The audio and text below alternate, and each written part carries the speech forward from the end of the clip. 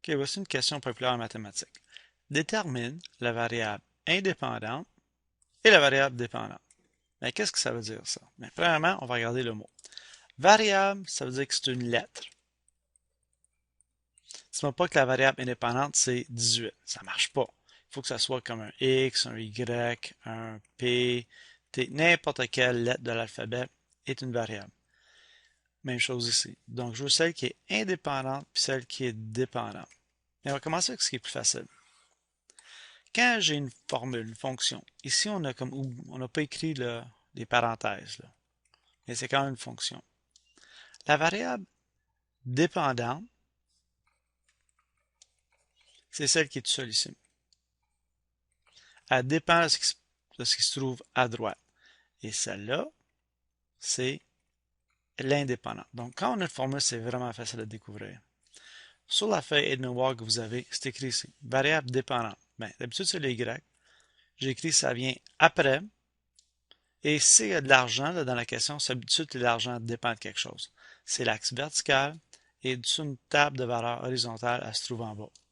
La variable indépendante, d'habitude, c'est X. Ça vient avant dans l'histoire, dans le contexte. S'il y a du temps, d'habitude, c'est le temps. C'est en bas ici.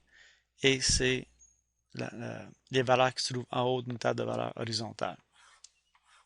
Vous avez aussi encore, ici, vous avez les variables qui sont toutes seules. Ici, j'ai Y et j'ai un P. C'est la variable dépendante, puisqu'elle dépend de ce qui se passe à droite.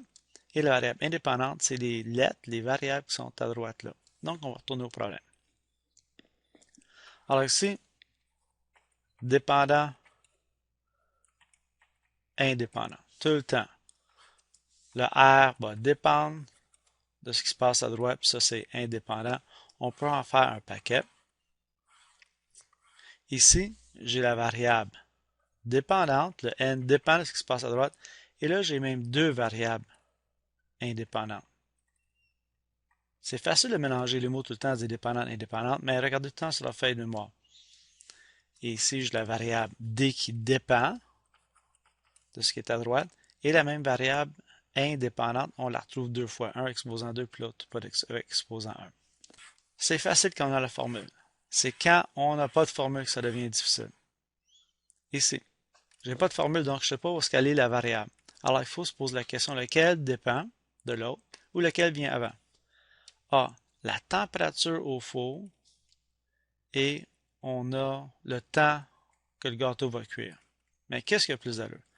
Est-ce que la température au four dépend du temps de cuisson ou est-ce que le temps de cuisson va dépendre de la température? Il faut se poser la question. C'est pas facile, c'est juste de la logique. Eh bien, ça vient avant et après ça, on peut savoir combien de temps que ça va cuire.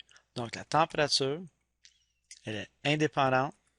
Le temps de cuisson dépend de la température. Donc, on fait de temps. On ajuste la température. Après ça, on peut savoir le gâteau va cuire. Pour mes vacances, je me déplacerai en vélo. Plus j'aurai de temps de vacances, plus je vais parcourir de kilomètres. Est-ce que le nombre de kilomètres dépend du temps de vacances ou le temps de vacances dépend du nombre de kilomètres? Bien, qu'est-ce qui vient avant? Le temps de vacances. Ça vient avant. Après ça, je peux savoir le nombre de kilomètres. Donc, avant ici, c'est indépendant, puis ça, c'est dépendant. C'est pas facile, là. Ça prend un peu de pratique. En faisant le plein, on a sur la quantité d'essence et ce qu'on va payer. Ben, je pense qu'on va payer, ça c'est de l'argent, va dépendre de la quantité d'essence. Donc ça c'est dépendant. L'argent dépend de quelque chose, ça c'est indépendant. Pour un déménagement, le coût de location, blablabla, par kilomètre parcouru. Mais est-ce que le coût va dépendre des kilomètres ou le kilomètre va dépendre du coût? Ben, je pense que le coût que tu vas payer va dépendre du kilomètre. Donc, tu fais les kilomètres en premier, après ça, tu peux savoir le coût.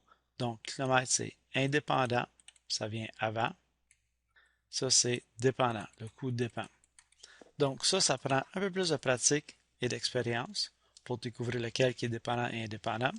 Quand c'est une formule, ben, c'est évident. Celui qui est tout seul, c'est la dépendante. Celui qui est mélangé avec les autres, elle est indépendante.